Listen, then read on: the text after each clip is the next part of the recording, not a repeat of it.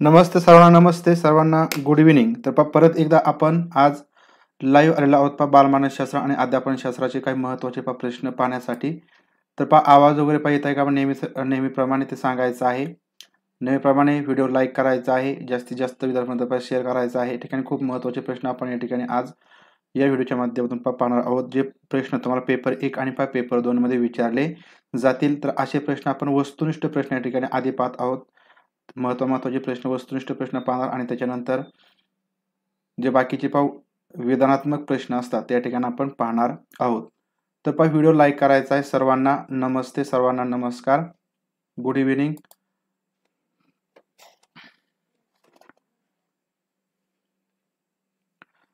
तर या ठिकाणी अतिसंभाव्य प्रश्नसंच या ठिकाणी आपला हा 4था आहे. या ठिकाणी आधीचे जर तुम्ही 1, 2, 3 हे जे भाग पाहिले नसतील तर ते सर्व भाग या ठिकाणी आपल्या चॅनलवर उपलब्ध आहेत. त्याची प्लेलिस्ट आहे. तर सगळी जी प्लेलिस्ट आहे तुम्ही पाहू शकता. खूप महत्त्वाचे प्रश्न आहेत. ठीक आहे, बस आवाज येत आहे. Thank you ma'am. तर या ठिकाणी आपण लगेच सुरू करणार आहोत. जास्त वेळ या ठिकाणी आपल्याला घालवायचा नाही. फक्त या ठिकाणी शेअर करायचा आहे, लाईक करायचा आहे. आणि सर्वात महत्त्वाचं म्हणजे ऑनलाईन अभ्यासची टेस्ट सिरीज तुम्ही अजूनही जॉईन केली नसेल, तुम्हाला या ठिकाणी TET साठी फक्त स्टडी करून चालणार नाही. तुमचं टाइम मॅनेजमेंट, तुम्ही किती वेळामध्ये किती प्रश्न सोडवू शकता, किती स्कोर येत आहे, तर याचं मूल्यांकन होण्यासाठी टेस्ट सिरीज आवश्यक आहे. आपल्याकडे टेस्ट सिरीज आहे TET 2021 साठी आणि CTET 2021-22 साठी. तर या दोन्हीही टेस्ट सिरीज CTET आणि TET फक्त एका महिन्यासाठी 199 रुपये आहे आणि 3 महिन्यांसाठी 299 रुपये आहे. या ठिकाणी ज्यांना टेस्ट सिरीज घ्यायची असेल तर त्यांनी या ठिकाणी खालील कॉन्टॅक्टवरती कॉन्टॅक्ट करायचा आहे. शेवटी मी माझा नंबर तुम्हाला देईल. तर टेस्ट सिरीज खूप महत्त्वाची आहे. ज्यांनी लावली नसेल त्यांनी लावायची आहे. या ठिकाणी पहिलाच प्रश्न आहे. या ठिकाणी तुमच्या समोर प्रश्नाचं उत्तर या ठिकाणी कमेंटमध्ये सांगायचं आहे आणि शेवटी तुमच्या या ठिकाणी 30 पैकी प्रामाणिकपणे तुमचा स्कोर किती येत आहे हे काउंट करायचा आहे. प्रश्न चुकला तरी चुकू द्या. प्रश्न तुमचा चुकला आता तरी काही प्रॉब्लेम नाही, परंतु जर का या ठिकाणी प्रश्न चुकून तुम्ही त्याचा काउंट बरोबर मध्ये करत असाल तर या ठिकाणी तशी चूक करू नका. प्रश्न चुकला असेल तर चुकू द्या. प्रश्न या ठिकाणी पहिला आहे बाह्य निरीक्षण. या ठिकाणी बाह्य निरीक्षण पद्धती अधिक उपयुक्त असल्याचं खालीलपैकी कोणत्या मानसशास्त्राने दाखवून दिलेलं आहे. बाह्य निरीक्षण पद्धती, निरीक्षणाच्या पद्धती आहेत या ठिकाणी. तर बाह्य निरीक्षण पद्धती त्याच्यामधील आहे ते अधिक उपयुक्त असल्याचं कोणत्या मानसशास्त्राने सांगितलं आहे. JB वॉटसन, जॉन डी उंट की Freud. Dilip Khot sir 30 October fix date आहे. फिक्स डेट आहे 30 ऑक्टोबर. या ठिकाणी याच्यामध्ये कोणत्या प्रकारचा चेंज नाही, सध्या तरी चेंज नाही, परंतु आपण या ठिकाणी शेवटपर्यंत सांगू शकत नाहीत काय चेंज वगैरे होतील किंवा होणार नाहीत. तर बाह्य निरीक्षण पद्धती ही अधिक उपयुक्त असल्याचं या ठिकाणी JB वॉटसन, तर JB वॉटसन या ठिकाणी या मानसशास्त्राने दाखवून दिलं आहे. लक्षात ठेवायचं आहे बाह्य निरीक्षण पद्धती ही अधिक उपयुक्त असल्याचं JB वॉटसन यांनी दाखवून दिलेलं आहे. प्रश्न क्रमांक पुढचा आहे लहान मुले, मतिमंद मुले, मनोविकृती असणारी माणसे यांच्या अभ्यासासाठी मानसशास्त्राची कोणती पद्धत योग्य आहे. या ठिकाणी लक्षात घ्या, लहान मुले असतील, मतिमंद मुले असतील आणि मनोविकृती असणारी व्यक्ती असतील, माणसे असतील, यांच्या अभ्यासासाठीची खालीलपैकी कोणती पद्धती योग्य आहे. जीवन वृत्तांत पद्धती, बाह्य निरीक्षण, दंतकथा, वैकल्पिक पद्धती. प्रश्न क्रमांक दुसरा या ठिकाणी. तर प्रश्न या ठिकाणी ज्यावेळेस वाचला जातो त्यावेळेस तुम्ही या ठिकाणी व्यवस्थित रीड करायचा आहे, व्यवस्थित वाचायचा आहे या ठिकाणी. कारण प्रश्न जर तुम्हाला समजला तर उत्तर तुमचं चुकणार आहे. त्याच्यामुळे प्रश्न समजून घेण्यावरती तुमचा जास्त भर असला पाहिजे. तर या ठिकाणी लहान मुले असतील, मतिमंद मुले असतील, मनोविकृती असणारी माणसे असतील तर त्या मुलांना या ठिकाणी आत्मपरीक्षण किंवा करता येत नाही किंवा जीवन वृत्तांत, तर ही जी काही मोठी या ठिकाणी आपल्याला म्हणता येईल पद्धत आहे. कारण जास्त दिवस आपल्याला त्या पद्धतीचा यूज करावा लागतो, तर ती पद्धती आपल्याला या मुलांबरोबर वापरता येत नाही. तर त्यासाठी या ठिकाणी बाह्य निरीक्षण ही जी काही पद्धती आहे ती आपल्याला वापरावी लागते. बाह्य निरीक्षण पद्धतीमुळे लहान मुले असतील, मतिमंद मुले असतील, मनोविकृत असणारी माणसे असतील तर यांचा अभ्यास आपल्या या पद्धतीने व्यवस्थितरित्या योग्यरित्या करता येतो आणि निष्कर्ष काढून आपल्याला त्यांच्या जे काही मनोविकृती असेल ती कमी करता येईल. मतिमंद मुलांचं मतिमंदता कमी करता येईल किंवा लहान मुलांमध्ये काय बदल वगैरे होतात, त्यांचं वर्तन कशा प्रकारचं आहे, तर याचा अभ्यास आपल्या या बाह्य निरीक्षण पद्धतीमधून करता येतो. बाह्य निरीक्षण पद्धती लक्षात घ्यायचं आहे. प्रश्न क्रमांक पुढचा आहे पहा तिसरा प्रश्न. अध्ययन अध्यापनाच्या प्रक्रियेचा अभ्यास करणारी मानसशास्त्राची शाखा म्हणजे शैक्षणिक मानसशास्त्र ही व्याख्या कोणी केलेली आहे? तर आपण ज्या काही सर्व व्याख्या आहेत त्या सर्व व्याख्या एका व्हिडिओच्या माध्यमातून पाहिल्या आहेत. व्याख्यावरती प्रश्न विचारले जातातच. 1 ते 2 प्रश्न तुम्हाला परीक्षेमध्ये हमखास विचारले जातील. मानसशास्त्राच्या ज्या काही सर्व व्याख्या आहेत त्या सर्व व्याख्या लक्षात ठेवायच्या आहेत. या ठिकाणी व्याख्या आहे की अध्ययन अध्यापनाच्या प्रक्रियेचा अभ्यास करणारी मानसशास्त्राची शाखा म्हणजे शैक्षणिक मानसशास्त्र ही व्याख्या खालीलपैकी कोणाची आहे?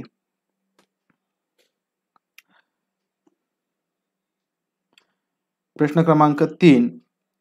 तर ही व्याख्या या ठिकाणी स्किनरची आहे. लक्षात ठेवा स्किनर अध्ययन अध्यापनाच्या प्रक्रियेचा अभ्यास करणारी मानसशास्त्राची शाखा म्हणजे या ठिकाणी शैक्षणिक मानसशास्त्र. तर ही व्याख्या स्किनर यांची आहे. Option A. प्रश्न पुढचा आहे 4 क्रमांकाचा प्रश्न. या ठिकाणी खालील प्रत्येक प्रश्नात 2 विधाने दिली असून ती काळजीपूर्वक वाचून दिलेल्या पर्यायापैकी योग्य पर्याय निवडा. या ठिकाणी 2 विधान दिले पाहिजे. विधान क्रमांक 1, विधान क्रमांक 2 व्यवस्थित वाचायचे आहेत. विधान समजून घ्यायचे आहेत आणि खाली या ठिकाणी ऑप्शन योग्य असा निवडायचा आहे. या ठिकाणी पहिलं विधान आहे शिक्षकाने आपल्या समोर बसलेल्या मुलांना ओळखलं पाहिजे. दुसरं विधान आहे मुले म्हणजे प्रौढ माणसाची छोटी प्रतिकृती आहे. तर या ठिकाणी आपल्याला पहिले विधान सत्य, दुसरे असत्य, दुसरे विधान सत्य, पहिले असत्य, दोन्ही सत्य, दोन्ही विधाने असत्य. प्रश्न क्रमांक 4.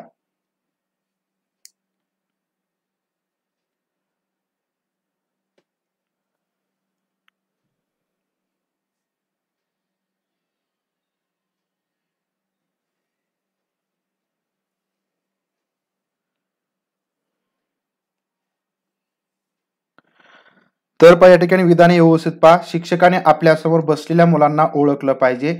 या ठिकाणी हे विधान अगदी बरोबर आहे. आपल्या समोर जी मुलं बसलेली असतात त्यांना आपण त्यांना ओळखणं, त्यांचं नेमकं वर्तन कसं आहे किंवा त्यांच्या ह्याच्यामध्ये कोणत्या क्षमता आहेत त्या क्षमता आपण ओळखल्या पाहिजेत. म्हणजे आपल्या समोर जी बसलेली मुलं असतात त्यांना आपण ओळखलं पाहिजे.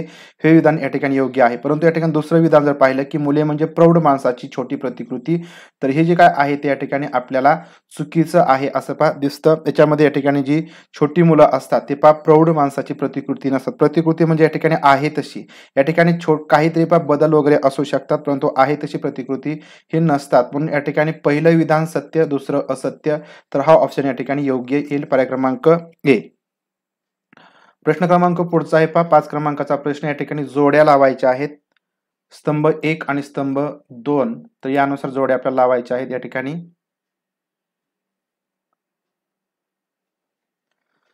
व्याख्या दिल्या आहेत. मानसशास्त्राच्या व्याख्या आहेत आणि या ठिकाणी मानसशास्त्रज्ञ आहेत. तर यांच्या या ठिकाणी आपल्याला जोड्या लावायच्या आहेत. कोणी व्याख्या केलेली आहे त्याच्या. प्रश्न क्रमांक हा या ठिकाणी 6वा प्रश्न 5वा प्रश्न आहे या ठिकाणी.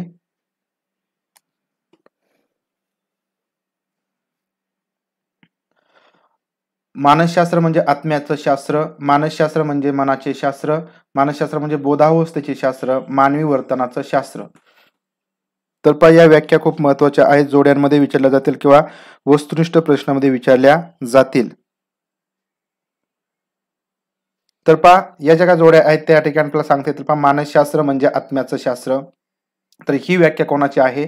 तर ही व्याख्या अरिस्टॉटल यांची आहे. त्यानंतर मानसशास्त्र म्हणजे मनाचं शास्त्र, तर ही मॅकडोगल यांची व्याख्या आहे. मानसशास्त्र म्हणजे बोधावस्थित शास्त्र, विल्यम वुंट यांची व्याख्या आहे. आणि मानसशास्त्र म्हणजे मानवी वर्तनशास्त्र ही वॅटसन यांची व्याख्या आहे. म्हणजे या ठिकाणी अशा प्रकारे ऑप्शन क्रमांक ए मध्ये या योग्य क्रमाने जोड्या लावलेल्या आपल्याला पाहायला मिळतील.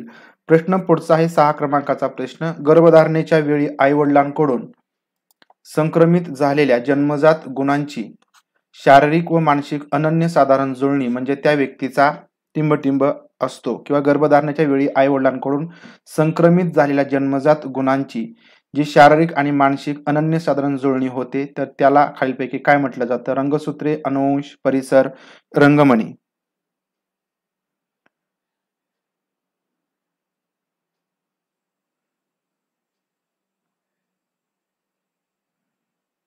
प्रश्न क्रमांक 6 आहे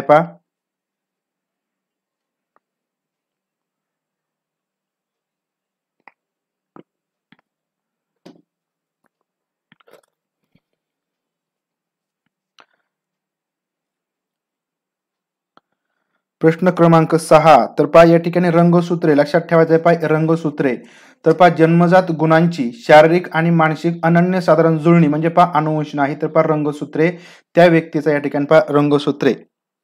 प्रश्न क्रमांक 6 रंगसूत्रे आपला असं पहा म्हणता येते याचं. प्रश्न क्रमांक पुढचा आहे पहा 7व्या क्रमांकाचा प्रश्न. खालीलपैकी कोणत्या अवस्थेमध्ये भावनिक संघर्ष निर्माण होतो? तर हा प्रश्न आपण याआधी सुद्धा पाहिला आहे की या ठिकाणी भावनिक संघर्ष कोणत्या अवस्थेमध्ये निर्माण होतो? प्रौढावस्था, कौमारी अवस्था, युवावस्था, बाल्यावस्था. प्रश्न क्रमांक 7.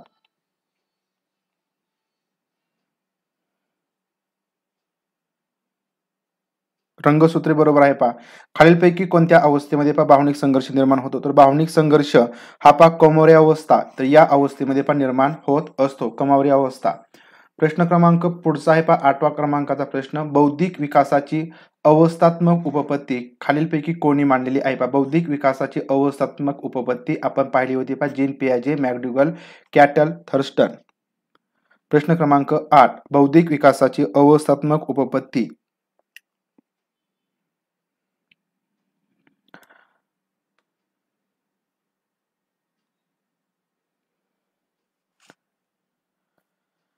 प्रश्न क्रमांक 8 पहा या ठिकाणी बौद्धिक विकासाची अवस्थात्मक उपपत्ती ही पहा जीन पियाजे यांनी पहा मांडलेली आहे, ज्याच्यामध्ये त्यांनी 4 अवस्था बौद्धिक विकासाच्या पहा सांगितलेल्या आहेत. ऑप्शन ए. प्रश्न पुढचा आहे पहा 9 क्रमांकाचा प्रश्न. कोहलबर्ग यांच्या नैतिक विकास सिद्धांतामध्ये दुसऱ्या पातळीला कोणती पातळी असं पहा म्हटलं जातं? कोहलबर्ग यांचा नैतिक विकास सिद्धांत किंवा भौतिक विकास सिद्धांत सुद्धा आपण याला म्हणतो. तर कोहलबर्ग यांच्या नैतिक विकास सिद्धांतामध्ये ज्या काही 3 पातळ्या पहा सांगितलेल्या आहेत, 3 पातळ्या सांगितल्या आहेत त्याच्यामधील दुसऱ्या पातळीला खालीलपैकी पहा काय म्हटलं जातं? लक्षात ठेवायचं आहे. प्रश्न क्रमांक 9 याचं उत्तर सांगायचं आहे. प्रश्न क्रमांक 9चं उत्तर द्यायचं आहे या ठिकाणी. तर पहा याला दुसरी पातळी पहा पारंपरिक पातळी असते. लक्षात घ्या पारंपरिक पातळी. आपण कोहलबर्गचा जो काही सिद्धांत आहे तो सुद्धा पाहणार आहोत. डिटेलमध्ये आपण तो सिद्धांत पाहूया. तर पहा दुसरी पातळी पारंपरिक पातळी म्हणून ओळखली जाते. प्रश्न पुढचा आहे पहा या ठिकाणी खालील प्रत्येक प्रश्नामध्ये 2 विधान दिली आहेत, ती काळजीपूर्वक वाचायची आहेत आणि योग्य पर्याय निवडायचा आहे. एक विधान दिलं आहे पहा प्रत्येक क्षणाला मिळणारा अनुभव विकास घडवीत असतो आणि दुसरं विधान आहे विकासाची गती भिन्न असली तरी त्याचा दृश्य परिणाम हा संकलित किंवा संकीर्ण स्वरूपाचा असतो. प्रश्न क्रमांक 10चं व्यवस्थित त्या ठिकाणी वाचायचे आहेत विधानं आणि आपल्याला उत्तर द्यायचं आहे. या ठिकाणी अशा प्रकारची जर विधानं असतील, अशा प्रकारचे प्रश्न असतील त्यावेळेस पहा घाई करायची नाही. खालील प्रश्नात या ठिकाणी 2 विधाने दिल्या आहेत. तर योग्य विधान आपल्या ठिकाणी सांगायचं आहे. प्रत्येक क्षणाला मिळणारा अनुभव हा विकास घडवीत असतो. विधान दुसरं विकासाची गती भिन्न असली तरी त्याचा दृश्य परिणाम हा संकलित किंवा हा संकीर्ण स्वरूपाचा असतो. प्रश्न क्रमांक 10 तर या ठिकाणी पहिलं विधान सुद्धा या ठिकाणी सत्य आहे, योग्य आहे आणि दुसरं विधान सुद्धा योग्य आहे म्हणून पर्याय क्रमांक सी दोन्ही विधाने सत्य. तर विकासाच्या बाबतीत ही विधाने आहेत पहा प्रत्येक क्षणाला जो काही मिळणारा आपल्याला अनुभव असतो, एक्सप्रेस असतो, तर तो पहा मनुष्यामध्ये किंवा व्यक्तीमध्ये पहा विकास घडवीत असतो, काहीतरी पहा विकास तो घडवीत असतो. त्याच्यामुळे पहिलं विधान बरोबर येईल. आणि विकासाची गती ही पहा भिन्न असते. ही भिन्न असली तरी त्याचा जो काही दृश्य परिणाम आहे तो पहा संकलित किंवा संकीर्ण स्वरूपाचा पहा असतो. विकासाची गती या ठिकाणी भिन्न असली तरी पहा या ठिकाणी जी दृश्य परिणाम असतात, आपल्याला दिसणारे परिणाम असतात ते संकलित किंवा या ठिकाणी संकीर्ण स्वरूपाचे असतात. हे विधान सुद्धा बरोबर येईल म्हणून पर्याय क्रमांक सी याचं उत्तर येणार आहे.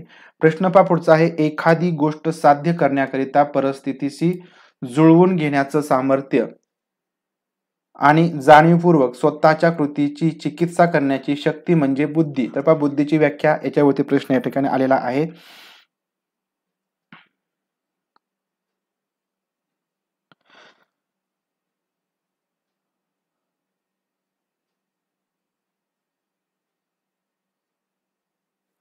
तर एखादी गोष्ट साध्य करण्याकरिता परिस्थितीशी पहा जुळवून घेण्याचं सामर्थ्य. तर पहा परिस्थिती जुळवून घेण्याचं सामर्थ्य आणि जाणीवपूर्वक स्वतःच्या कृतीची चिकित्सा करण्याची शक्ती म्हणजे बुद्धी.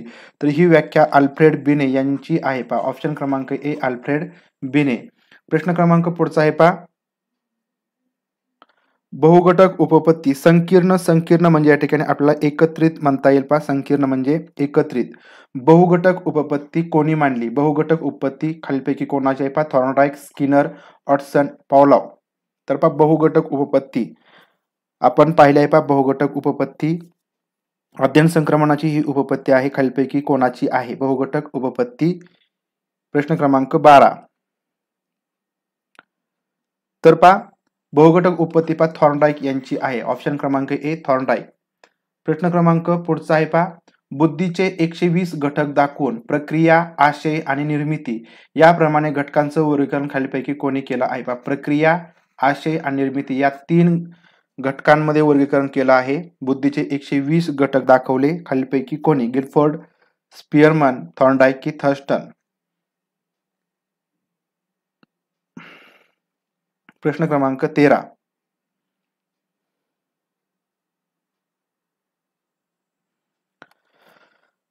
तर पहा आपल्या सर्वांना माहिती आहे बुद्धीचे 120 घटक कोणी दाखवले? तर पहा गिलफोर्ड यांनी दाखवले, ज्याचं त्यांनी प्रक्रिया, आशय आणि निर्मिती याच्यामध्ये पहा वर्गीकरण केलेलं आहे. प्रश्न क्रमांक 14. चेहऱ्यावरील मांसल भागाचा विचार करून व्यक्तीच्या मनातील विचार, त्यांच्या भावना यांचा अंदाज घेण्याचा कोणी प्रयत्न केला? Bell, Spearman, Thorndike, Thurstone? तर पहा चेहऱ्यावरील जे मांसल भाग असतात त्या मांसल भागाचा विचार करूनच व्यक्तीच्या मनातील विचार आणि त्याच्या भावना या ठिकाणी व्यक्त करण्याचा प्रयत्न खालीलपैकी कोणी केलेला आहे? किंवा अंदाज या ठिकाणी म्हणजे चेहऱ्यावरील जे त्वचा आहे तर त्या ठिकाणी पाहून किंवा मांसल भाग किती आहे ते पाहून या ठिकाणी व्यक्तीच्या मनातील विचार नेमके काय आहे, त्याच्या भावना काय आहेत याचा अंदाज घेण्याचा जो प्रयत्न आहे तर तो या ठिकाणी पहा बेल यांनी पहा केलेला आहे. ऑप्शन क्रमांक ए बेल यांनी. प्रश्न क्रमांक 15 आहे पहा मानसिक वयाची कल्पना खालीलपैकी कोणी मांडलेली आहे? मानसिक वयाची कल्पना बिने, स्टर्न, थॉर्नडाईक, थर्स्टन? मानसिक वयाची कल्पना. प्रश्न क्रमांक 15 मानसिक वयाची कल्पना कोणी मांडली आहे पहा? तर मानसिक वयाची कल्पना ही सुद्धा पहा बिने यांनी पहा मांडलेली आहे. सायमन बिने. मानसिक वयाची कल्पना बिने यांची आहे. प्रश्न क्रमांक पुढचा आहे. या ठिकाणी 2 विधाने दिली आहेत. या ठिकाणी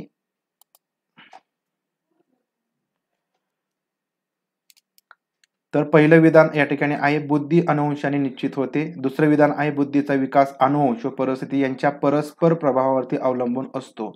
तर कोणतं विधान योग्य आहे ते सांगायचं आहे. प्रश्न क्रमांक 16. पहिलं विधान आहे पहा बुद्धी ही अनुवंशाने निश्चित होतं आणि दुसरं विधान आहे बुद्धीचा विकास हा अनुवंश आणि परिस्थिती यांच्या परस्पर प्रभावावरती पहा अवलंबून असतो.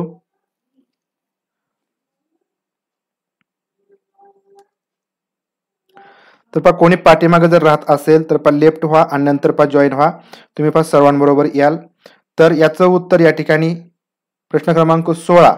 तर दोन्ही विधाने या ठिकाणी पहा सत्य आहेत. पहा बुद्धीविषयी दोन्ही विधाने आहेत की बुद्धी ही अनुवंशाने पहा प्राप्त होते किंवा निश्चित होत असते.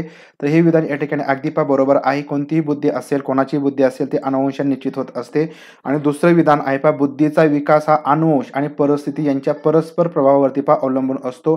म्हणजे या ठिकाणी तुमचा अनुवंश कशा प्रकारचा आहे आणि परिस्थिती कशा प्रकारची आहे याचा जर परस्पर प्रभाव असेल तर याच्यावरती बुद्धीचा विकास पहा अवलंबून असतो. म्हणजे आपल्याला याचं जर आपला उत्तर सांगायचं जर स्पष्टीकरण सांगायचं झालं तर ज्यावेळेस पहा 2 मुलांवरती जे जुळी मुलं होती त्यांच्यावरती पहा प्रयोग केला गेला. एक पहा सर्वसाधारण वातावरणामध्ये वाढलं आणि एक चांगल्या समृद्ध वातावरणात वाढलं. त्यावेळेस जे समृद्ध वातावरणामध्ये विद्यार्थी किंवा मुलगा वाढला होता तर त्यावेळेस त्याची बुद्धीचा विकास पहा सर्वसामान्य वातावरणात वाढलेल्या मुलापेक्षा जास्त झाला होता. त्याच्यामुळे याच्यावरून आपल्याला पहा सांगता येतं की अनुवंश आणि परिस्थिती यांच्या परस्पर प्रभावावरती हे बुद्धीचा विकास अवलंबून असतो. म्हणून दोन्ही ऑप्शन दोन्ही विधान या ठिकाणी सत्य आहेत. प्रश्न क्रमांक पुढचा आहे पहा जोड्या लावायच्या आहेत. या ठिकाणी प्रश्न क्रमांक 17 जोड्या लावायच्या आहेत. स्तंभ 1 मध्ये पहा बुद्ध्यांक दिला आहे. या ठिकाणी बुद्ध्यांक आहे आणि स्तंभ 2 मध्ये या ठिकाणी बुद्ध्यांक अनुसार वर्ग पडलेले आहेत. वर्ग आपण पाडतो तर त्यांच्या या ठिकाणी जोड्या लावायच्या आहेत. 45 बुद्ध्यांक, 130, 86 आणि 152 आणि वर्ग आहेत पहा कुशाग्र बुद्धी, अल्पबुद्धी, अलौकिक बुद्धी आणि या ठिकाणी जड बुद्धी. प्रश्न क्रमांक 17.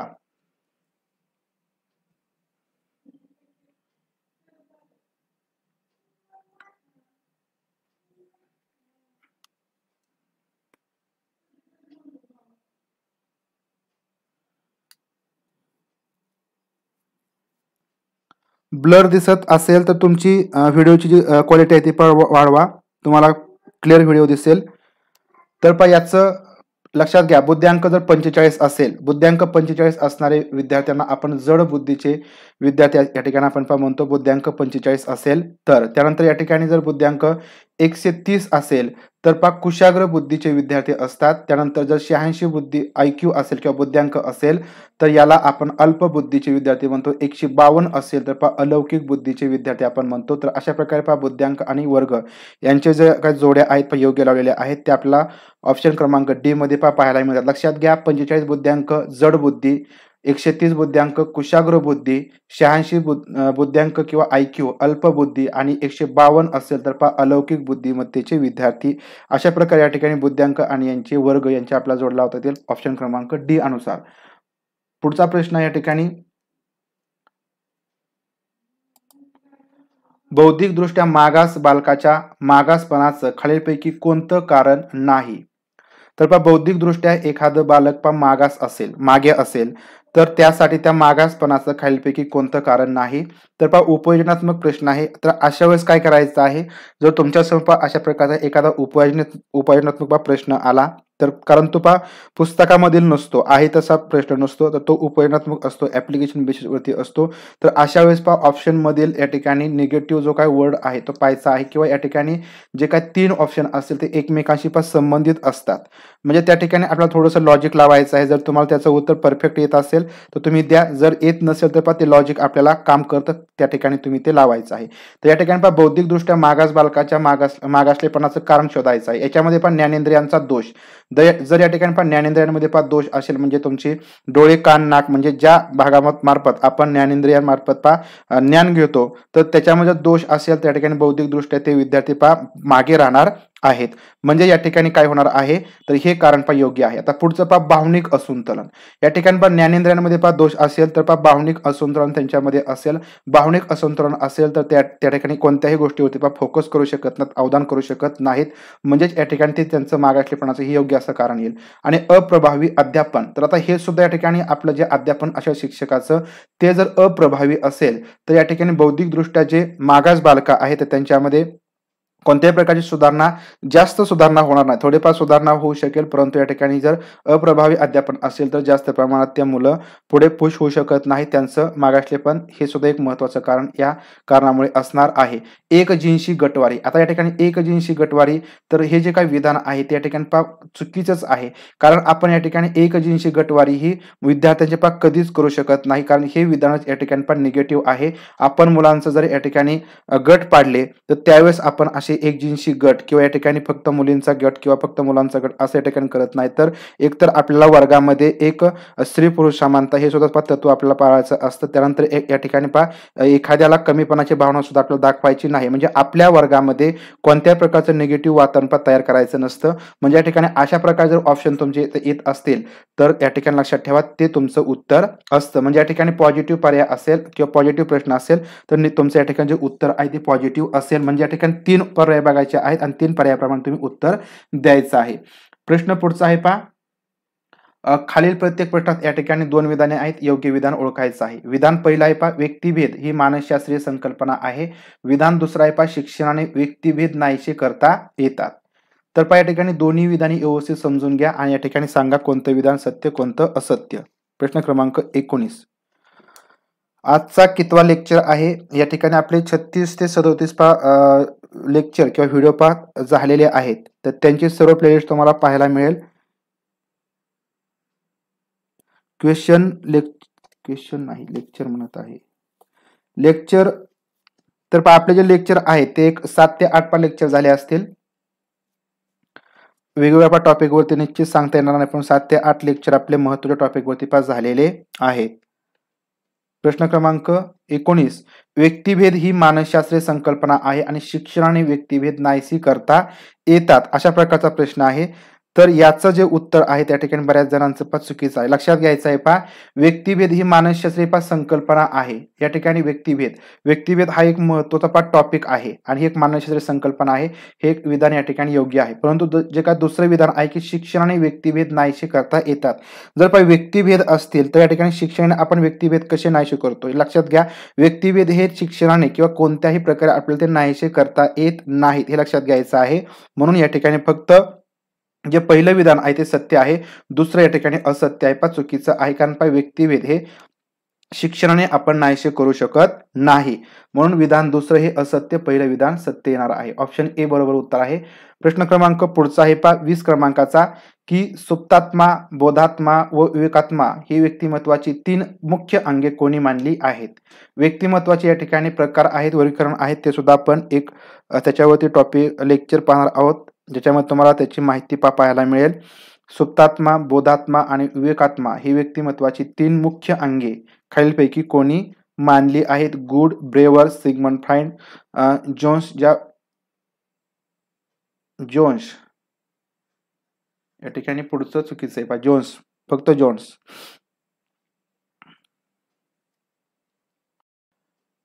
प्रश्न क्रमांक 20, सुप्तात्मा, बोधात्मा आणि विवेकात्मा ही व्यक्तिमत्वाची 3 मुख्य अंगे यापैकी पहा सिगमंड फ्राइड यांनी पहा मांडलेली आहेत. लक्षात ठेवायचं आहे पहा, सुप्तात्मा, बोधात्मा आणि विवेकात्मा, सिगमंड फ्राइड.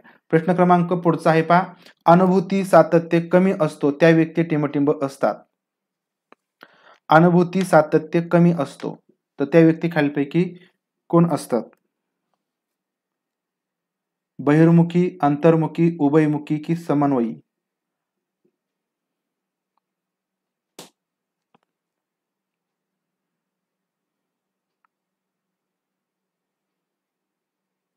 प्रश्न क्रमांक 21, अनुभूती सातत्य कमी असतो तर त्या व्यक्ती पहा बहिर्मुखी असतात. ऑप्शन क्रमांक ए, त्या व्यक्ती पहा बहिर्मुखी असतात. लक्षात घ्यायचंय पहा, बहिर्मुखी, अंतर्मुखी आणि उभयमुखी हे सुद्धा ठिकाणी व्यक्तिमत्वाचे प्रकार आहेत. लक्षात घ्या. प्रश्न पुढचा आहे पहा 22 क्रमांकाचा प्रश्न, गंभीर स्वरूपाच्या मानसिक आजारावरती उपचार करण्यासाठी खालीलपैकी कोणाची मदत घ्यावी लागते? गंभीर स्वरूपाचे मानसिक आजार असेल त्याच्यावरती उपचार करण्यासाठी कोणाची मदत घ्यावी लागेल? मनोचिकित्सक, मनोविश्लेषण तज्ञ, मनोशास्त्रज्ञ, समुपदेशक. प्रश्न क्रमांक 22.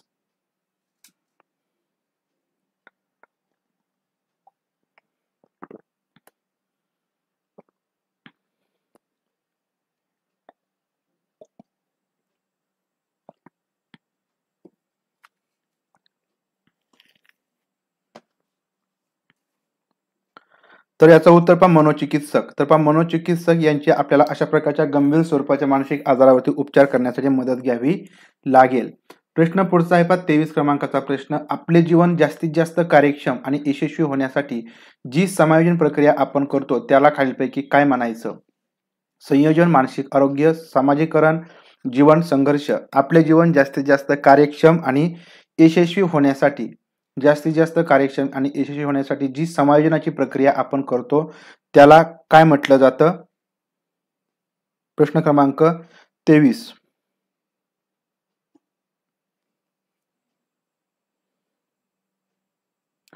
तर पण लाईक करायचं आहे. आपण 400 जण जॉईन आहोत, फक्त 108 लाईक आहेत.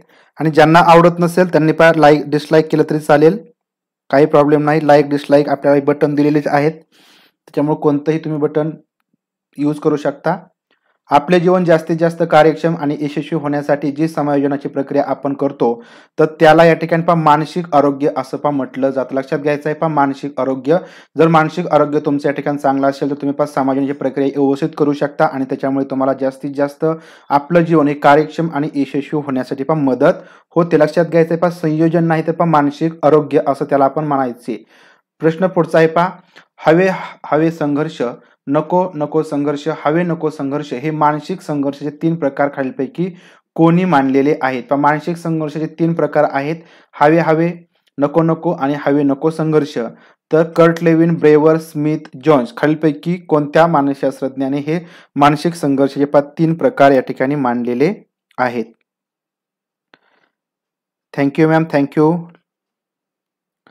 प्रश्न क्रमांक 24, हवे हवे, नको नको, हवे नको संघर्ष हे मानसिक संघर्षाचे 3 प्रकार हे कर्ट लेविन तर यांनी पण मांडलेले आहेत. Option A Kurt Lewin. प्रश्न पुढचा आहे 25 क्रमांकाचा, आपला पाठ चांगला झाला नाही तेव्हा उर्मिला म्हणते या वर्गातील मुली बुद्धीनेच कमी आहेत.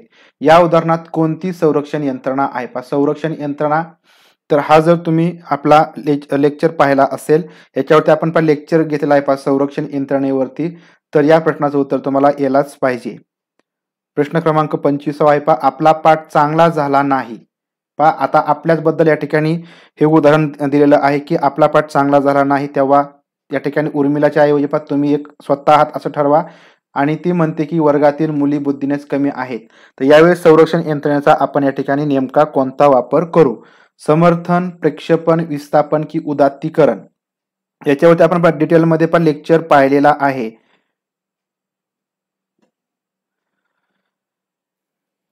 प्रश्न क्रमांक 25. तर ज्यावेळेस आपली चूक आपल्या मनामध्ये किंवा आपल्या ह्याच्यामध्ये काही कमीपणा असतो, तर तो या ठिकाणी दुसऱ्यावरती आपण लोटतो, ढकलतो. तर त्यावेळेस त्याच्यामध्ये या ठिकाणी प्रेक्षेपण, या ठिकाणी प्रेक्षेपण, विस्थापन नाही. विस्थापन म्हणजे या ठिकाणी एकाचा राग दुसऱ्यावरती काढणं. या ठिकाणी प्रेक्षेपण म्हणजे या ठिकाणी आपला दोष दुसऱ्यावरती चिटकवणे. प्रेक्षेपण या ठिकाणी याचा थोडासा एक लॉजिक तुम्ही लक्षात ठेवा. प्रेक्षेपण म्हणजे प्रक्षेपित करणं किंवा ठिकाणी आपल्याकडून पुढे देणं, पुढे पाठवणं. म्हणजे प्रेक्षेपण म्हणजे आपला जो काही दोष आहे तो दुसरीकडे किंवा मुलांवरती थोपला किंवा दुसऱ्या व्यक्तीवरती थोपला, म्हणजे आपल्या समोरच्यावरती आपण थोपटतो किंवा देतो दोष किंवा चिटकवतो, त्याला प्रक्षेपण संरक्षण यंत्रणा आहे असं म्हटलं जातं. ऑप्शन क्रमांक बी. प्रश्न क्रमांक पुढचा आहे आमची अमुक अमुक मागणी पूर्ण होईपर्यंत दुसऱ्या कशानेही आमचे समाधान होणार नाही असे विरोधक म्हणतात. हे उदाहरण कोणत्या संरक्षण यंत्रणेचं आहे? प्रश्न क्रमांक 26. या ठिकाणी ज्यांचं उत्तर चुकत आहेत या बाबतीमध्ये, तर त्यांनी लेक्चर पहा. तुमचा एकही प्रश्न या ठिकाणी चुकणार नाही. प्रतिमाने संरक्षण यंत्रणा, बुद्धिमत्ता, त्यानंतर प्रतिमानावरती आपण 2 लेक्चर बघितलेले आहेत, तर ते व्यवस्थित त्यानंतर प्रेरणा किंवा गरजांचं वर्गीकरण म्हणता येईल किंवा मोस्लो यांचा जी काही श्रेणी आहे त्यांनी श्रेणीबद्ध श्रेणी तर चढत्या श्रेणी मांडलेल्या आहेत. त्याप्रमाणे आपण संपूर्ण जे लेक्चर आहे ते व्यवस्थित पाहिले आहे, ते व्यवस्थित पहा. तर या ठिकाणी आमची अमुक अमुक मागणी पूर्ण होईपर्यंत दुसऱ्या कशानेही आमचे समाधान होणार नाही असे ज्यावेळेस विरोधक म्हणत असतात, तर त्यावेळेस या ठिकाणी नकारात्मक वृत्ती या संरक्षण यंत्रणेचा वापर केला जातो. नकारात्मक वृत्ती लक्षात घ्यायचा आहे. त्या ठिकाणी नकारात्मक वृत्ती असते. प्रश्न पुढचा आहे समायोजन साधण्याचा टिंबटिंब हा संरक्षण यंत्रणेचा अत्यंत चांगला मार्ग आहे. समायोजन साधण्याचा किंवा ऍडजस्टमेंट करण्याचा खालीलपैकी कोणत्या संरक्षण यंत्रणेचा एक चांगला मार्ग आहे? उदात्तीकरण, प्रक्षेपण, विस्थापन, नकारात्मक वृत्ती.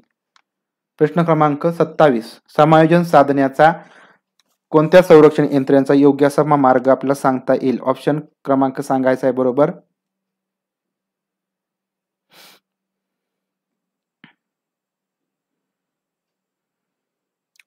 तर समायोजन साधण्याचा तर यापैकी उदात्तीकरण, तर उदात्तीकरण हा संरक्षण यंत्रणेचा अत्यंत चांगला मार्ग आहे. या ठिकाणी लक्षात घ्या, समायोजन साधण्यासाठी आपण उदात्तीकरण या संरक्षण यंत्रणेचा वापर करत असतो. प्रश्न क्रमांक पुढचा 28 क्रमांकाचा प्रश्न. या ठिकाणी सुद्धा आपल्याला काय करायचं आहे? 2 विधानं आहेत, त्यापैकी योग्य विधान ओळखायचं आहे. विधान पहिलं, विधान दुसरं. बहिर्मुखी व्यक्ती मितभाषी, एकलकोंड्या, हळव्या असतात.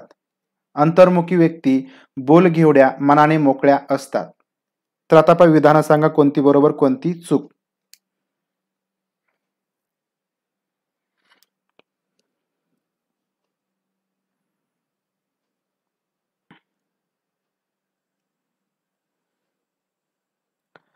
प्रश्न क्रमांक 28 आहे विधान पहिला आहे बहिर्मुखी व्यक्ती या मितभाषी, एकलकोंड्या आणि हळव्या असतात. विधान दुसरा आहे अंतर्मुखी व्यक्ती बोलघेवड्या आणि मनाने मोकळ्या असतात. तर याचं उत्तर सांगायचं आहे अचूक. विधान व्यवस्थित बघा, अर्थ समजून घ्या. तुम्हाला या प्रश्नाचं उत्तर अचूक येईल. तरी सुद्धा काही विद्यार्थ्यांचं उत्तर चुकतंय, काही विद्यार्थ्यांनी अगदी बरोबर दिलं आहे. या ठिकाणी दोन्ही विधाने ही असत्य आहेत, चुकीचे आहेत. लक्षात घ्या. तर अंतर्मुखी व्यक्ती या ठिकाणी मितभाषी असतात. अंतर्मुखी म्हणजे मनातल्या मनात या ठिकाणी आपण म्हणजे बाहेर जास्त आपलं मन या ठिकाणी मोकळं करू शकत नाही किंवा करत नाहीत, अशा व्यक्तींना आपण अंतर्मुखी म्हणतो. तर मितभाषी असतात म्हणजे थोडं बोलणारे असतात, ते एकलकोंड्या असतात. त्यांना या ठिकाणी मित्र वगैरे जास्त नसतात, म्हणजे एकलकोंड्या असतात आणि त्या हळव्या मनाच्या असतात, इमोशनल असतात. अंतर्मुखी व्यक्तींचं या ठिकाणी जे लक्षणं आहेत ते वरती दिले आहेत आणि बहिर्मुखी व्यक्तींचे लक्षणं खाली दिले आहेत. बहिर्मुखी ज्या व्यक्ती असतात म्हणजे त्या ठिकाणी बोलघेवड्या असतात, त्या या ठिकाणी पोपटपंची करतात किंवा जास्त प्रमाणात त्यांना बोलायला आवडतं आणि त्या मनाने मोकळ्या असतात. त्या मनाने मोकळ्या असतात, आपल्याला जे मनामध्ये येईल ते बोलून मोकळ्या होतात, त्यांना बहिर्मुखी व्यक्ती असं म्हणायचं. आणि अंतर्मुखी माणसांना या ठिकाणी मितभाषी, एकलकोंडे किंवा हळव्या व्यक्ती म्हणायचं. म्हणजे या ठिकाणी दोन्ही विधाने चुकीची आहेत, असत्य आहेत. प्रश्न क्रमांक 29. प्रायोगिक पद्धतीचे योग्य वैशिष्ट्ये कोणती? या ठिकाणी प्रायोगिक पद्धतीची वैशिष्ट्ये दिली आहेत. या ठिकाणी आपल्याला बरोबर वैशिष्ट्य सांगायचं आहे. प्रश्न क्रमांक 29. 468 जण आपण या ठिकाणी आहोत आणि जे लाईक आहेत फक्त 226.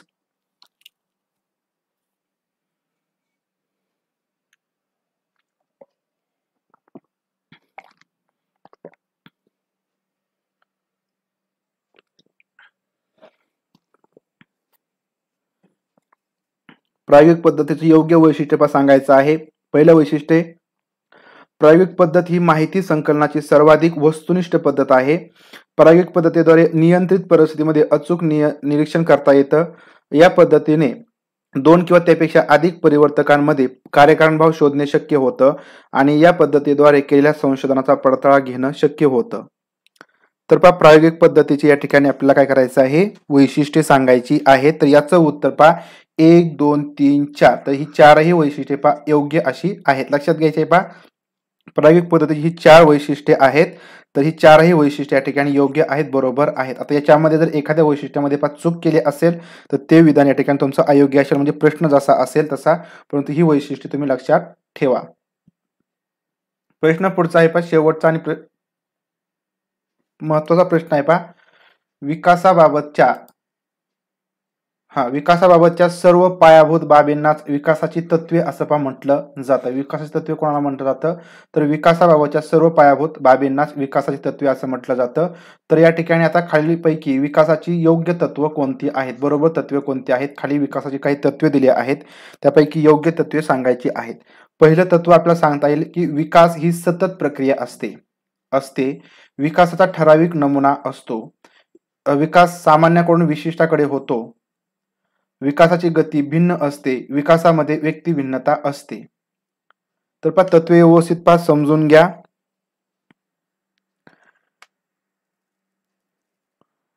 क्लिअर दिसत नसेल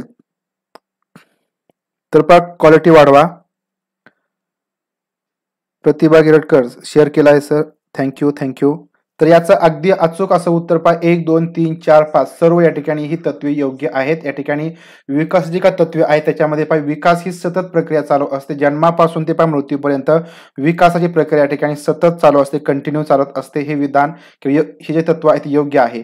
विकासाचा एक ठराविक असा पहा नमुना असतो, एक साचा असतो आणि त्या साच्यामध्ये या ठिकाणी प्रत्येक व्यक्तीचा विकास आहे तो होत असतो. प्रत्येक व्यक्तीचा विकास या ठिकाणी या नमुन्यामध्येच होत असतो, हे लक्षात घ्यायचं आहे. त्यानंतर विकास हा सामान्याकडून विशिष्ट होत असतो.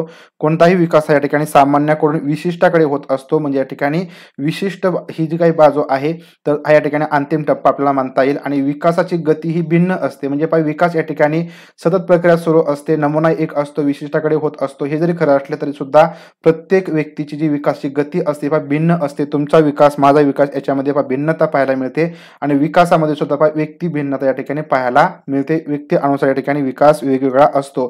तर अशा प्रकारे या ठिकाणी 1, 2, 3, 4 आणि 5 जे काही 5 तत्व या ठिकाणी दिले आहेत ते सर्व तत्व या ठिकाणी आपल्या विकासाची योग्य अशी पहा सांगता येतील. म्हणून ऑप्शन क्रमांक डी हा तुमचा अगदी पहा बरोबर आहे. तर या ठिकाणी 26 बंडू आडे छान, 21 सुप्रिया पवार, 21 वनिता बुले मॅम, 21 रुपाली बिले, 26 छान स्कोर आहे पहा.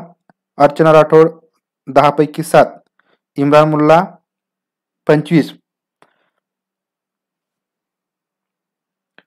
Pande ma'am 21, कपटे ma'am 23. छान स्कोर येत आहे पहा, छान स्कोर येत आहे तुमचा. अशाच प्रकारे या ठिकाणी पहा जे पीडीएफ वगैरे तुमच्याकडे आहेत त्या पहा व्यवस्थित रीड करा आणि आपण त्याच्यामधून जे पुढचे जे क्वेश्चन आहे ते पहा घेणार आहोत. त्याच्यामधील तुम्हाला प्रश्न पहा विचारले जातील आणि तशी तुम्ही पहा तयारी करायची आहे. तुमचा सराव या ठिकाणी आपण करून घेणार आहोत. या ठिकाणी आपण अजून फक्त जे काही महत्वाचे 3-4 टॉपिक आहेत ते आपण या ठिकाणी घेणार आहोत. 3-4 टॉपिक या ठिकाणी आपण घेणार आहोत महत्वाचे आणि त्यानंतर फक्त क्वेश्चन आन्सर तुम्हाला परीक्षेपर्यंत पाहता येतील. हो, सर्व आपण नवीनच क्वेश्चन घेतोय. पाठीमागचे क्वेश्चन आपण घेत नाही कारण तुम्हाला प्रिव्हियस इयर मध्ये सर्व क्वेश्चन आहेत. आणि सर्वात महत्वाचं म्हणजे ज्यांना टेस्ट सिरीज लावायची असेल तर त्यांनी 89, 75, 98, 92, 12 तर याच्यावरती कॉन्टॅक्ट करायचा आहे. टेस्ट सिरीज संदर्भात माहिती दिली जाईल आणि टेस्ट सिरीज या ठिकाणी लावा. या ठिकाणी टेस्ट सिरीज खूप महत्वाची आहे. तुमचा अभ्यास, तुमचे प्रश्न किती चुकतात आणि प्रश्न जर चुकले तर प्रश्नाचं उत्तर तुम्हाला त्या आन्सर की मध्ये पाहायला मिळतं. त्याच्यामुळे या ठिकाणी तुमचा चांगल्या प्रकारचा सराव या टेस्ट सिरीज मध्ये होत असतो. दिलीप खोट सर मला खूप कमी आहेत. नो प्रॉब्लेम, कमी जरी असले तरी सुद्धा काही टेन्शन घेण्याची आवश्यकता नाही. तुम्ही हेच प्रश्न या ठिकाणी आपले कोणते चुकले कोणते बरोबर आले हे लक्षात ठेवा. तुमचा स्कोर पण नक्की पुढे वाढेल. सर थोडे प्रश्न पण आणि उदत्तीकरण थोडी माहिती. प्रक्षेपण आणि उदत्तीकरण याच्यावरती आपण व्हिडिओ स्पेशल व्हिडिओ बनवलेला आहे. संरक्षण यंत्रणा बनवलेला आहे, म्हणजे लेक्चर आपण तो घेतला होता. तर जर तुम्ही तो लेक्चर पाहिला नसेल तर तो लेक्चर व्यवस्थित पहा. त्याच्यामध्ये मी सर्व मुद्दे स्पष्ट केले आहेत. सर्व संरक्षण यंत्रणा त्या ठिकाणी मी सांगितलेल्या आहेत. शिवाजी महाराज यांच्या इतिहासावरती आपण सुद्धा 2 जे काही महत्वाचे व्हिडिओज आहेत, 3 व्हिडिओज पाहिले आहेत. त्याच्यामध्ये बरेच प्रश्न आहेत आणि अजून सुद्धा मी शिवाजी महाराजांच्या इतिहासावरती क्वेश्चन काढेल. स्पेशल असे ते क्वेश्चन असतील. हो, सर्व न्यू होते. सर टाइम काय डेली तर आपला 9 पर्यंत तुम्ही या ठिकाणी लाईव्ह यायचा आहे. 9 पासून 9:15 पर्यंत आपला सुरू होतो. आता आपण या ठिकाणी जास्तीत जास्त पण लवकर घेण्याचा प्रयत्न करणार आहोत. थँक्यू सर्वांना, थँक्यू. मानसशास्त्राच्या प्रश्नपत्रिका पाठवा. मानसशास्त्राच्या प्रश्नपत्रिका आपल्या मच्छिंद्र पाटील सर आपल्या टेस्ट सिरीज ऍप्लिकेशन वरती आहे. त्या ठिकाणी तुम्ही सोडवू शकता. आपण काल त्या ठिकाणी एक अपलोड केली आहे, ती सोडवा. त्याच्यामध्ये सुद्धा असेच क्वेश्चन आहेत.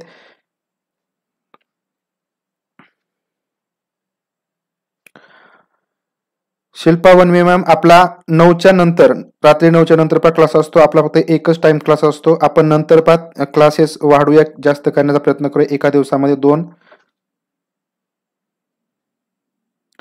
हो, सोशल सायन्सची आपण तयारी करून घेणार आहोत. इजिप्त संस्कृत टॉपिक घ्या.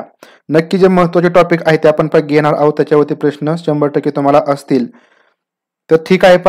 सर्वांना गुड नाईट. ज्यांना टेस्ट सिरीज घ्यायची असेल त्यांनी कॉन्टॅक्ट करा आणि ज्यांनी टेस्ट सिरीज घेतली असेल त्यांनी जास्तीत जास्त टेस्ट सिरीजचा सराव करा. तुम्हाला त्या ठिकाणी नक्की फायदा होणार आहे. या ठिकाणी फक्त टेस्ट सिरीज घेऊन थांबू नका, तर त्याचा सराव तुम्ही जास्तीत जास्त करणं आवश्यक आहे, महत्वाचं आहे. आणि आपण एक तुम्हाला अभ्यास वगैरे कशा प्रकारे करायचा, त्यानंतर पुस्तके पीडीएफ वगैरे कोणत्या यूज करायच्या, कोणते महत्वाचे टॉपिक आहेत याच्यावरती आपण एक चर्चात्मक असं एक लाईव्ह सेशन ठेवणार आहोत. तर त्याची तुम्हाला माहिती दिली जाईल. ठीक आहे. आपण कदाचित उद्या किंवा परवा तो सेशन ठेवूया. त्यावेळेस तुम्हाला सांगितलं नेमका टायमिंग वगैरे किंवा आधी नोटिफिकेशन तुम्हाला दिलं जाईल. तर ठीक आहे. सर्वांना गुड नाईट. सर्वांचं धन्यवाद.